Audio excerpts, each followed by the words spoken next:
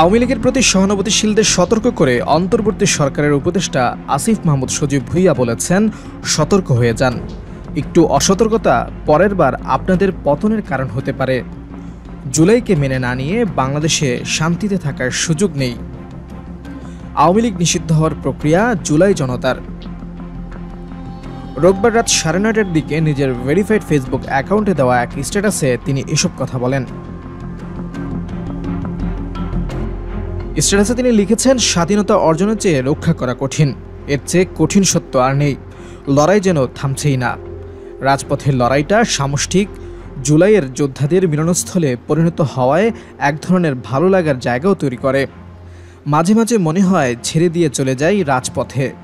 সেটাই আমার জায়গা, যা করতে অভ্যস্ত এবং স্বাচ্ছন্দ্য বোধ করি। ছেড়ে দেওয়ার চিন্তা মাথায় এলে থেকে যেতে হয় গণ অভ্যুত্থানের পাহারাদার হওয়ার জন্য, জুলাইয়ের ছাত্র জনতার আওয়াজটা পৌঁছে দেওয়ার জন্য।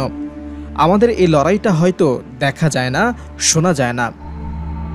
তিনি লেখেন, আওয়ামী লীগ নিষিদ্ধ হওয়ার প্রক্রিয়ায় জুলাই জনতার আরেকটি বিজয় হলো। এই এস্টাবলিশমেন্টের মধ্যে যারা আওয়ামী সিম্পেথাইজার আছেন, সতর্ক হয়ে যান, একটু অসতর্কতা পরের বার আপনাদের পতনের কারণ হতে পারে। জুলাইকে মেনে না নিয়ে বাংলাদেশে শান্তিতে থাকার সুযোগ নেই। অন্তর্বর্তী সরকারের উপদেষ্টার দায়িত্ব পালনের অভিজ্ঞতা থেকে কিছু উপলব্ধির কথা তুলে ধরে তিনি বলেন, সরকারে থাকাটা দুধারী তলোয়ারের উপর দাঁড়িয়ে থাকার মতো হয়ে গেছে। সরকার কোনো ভুল করলে সেটা আমাদের এখতিয়ারভুক্ত না হলেও জনতার কাঠগড়ায় আমাদের দুজনকে, অর্থাৎ মাহফুজ আলম ও আসিফ মাহমুদকে দাঁড় করানো হয়।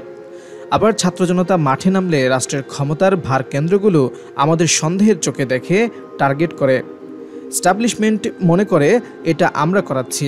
এছাড়া ক্ষমতার বিভিন্ন ভর কেন্দ্রের সঙ্গে জুলাই প্রশ্নে আপোষ না করতে পারায় তাদের চক্ষুশূলে পরিণত হওয়াটা বোনাস। আসিফ মাহমুদ লিখেছেন, রাষ্ট্র অনেক বড় এবং জটিল জায়গা। এখানে কোনো কিছু বাস্তবায়ন করা অত্যন্ত কঠিন। তবে স্বস্তির বিষয় হলো, এ উপদেষ্টা পরিষদ অনেক বাধা এলেও দিন শেষে ছাত্র জনতার পক্ষে অবস্থান নিচ্ছে, জনরায়ের বাস্তবায়ন করতে পারছে। যতদিন পারবে জুলাই গণ অভ্যুত্থানের পক্ষে থাকবে। গণ অভ্যুত্থানের ভয়েসের যথাযথ গুরুত্ব এ উপদেষ্টা পরিষদ দেবে। ততদিনই আছি। গণ অভ্যুত্থানের শহীদদের পক্ষ থেকে সরে গেলে আমার আর এখানে কাজ নেই। ফেসবুকে তথ্য উপদেষ্টা মাহফুজ আলমকে নিয়ে দিনভর কিছু ভুয়া ফটোকার্ড পোস্ট করা হয়েছে। সেখানে দাবি করা হয়েছে, মাহফুজ আলম উপদেষ্টা পরিষদের বৈঠকে আওয়ামী লীগকে নিষিদ্ধ করার বিরুদ্ধে অবস্থান নিয়েছেন। এই ফটোকার্ডগুলোর কথা উল্লেখ করে আসিফ মাহমুদ সজীব ভুঁইয়া বলেন, এমন মিথ্যাচার বন্ধ করুন।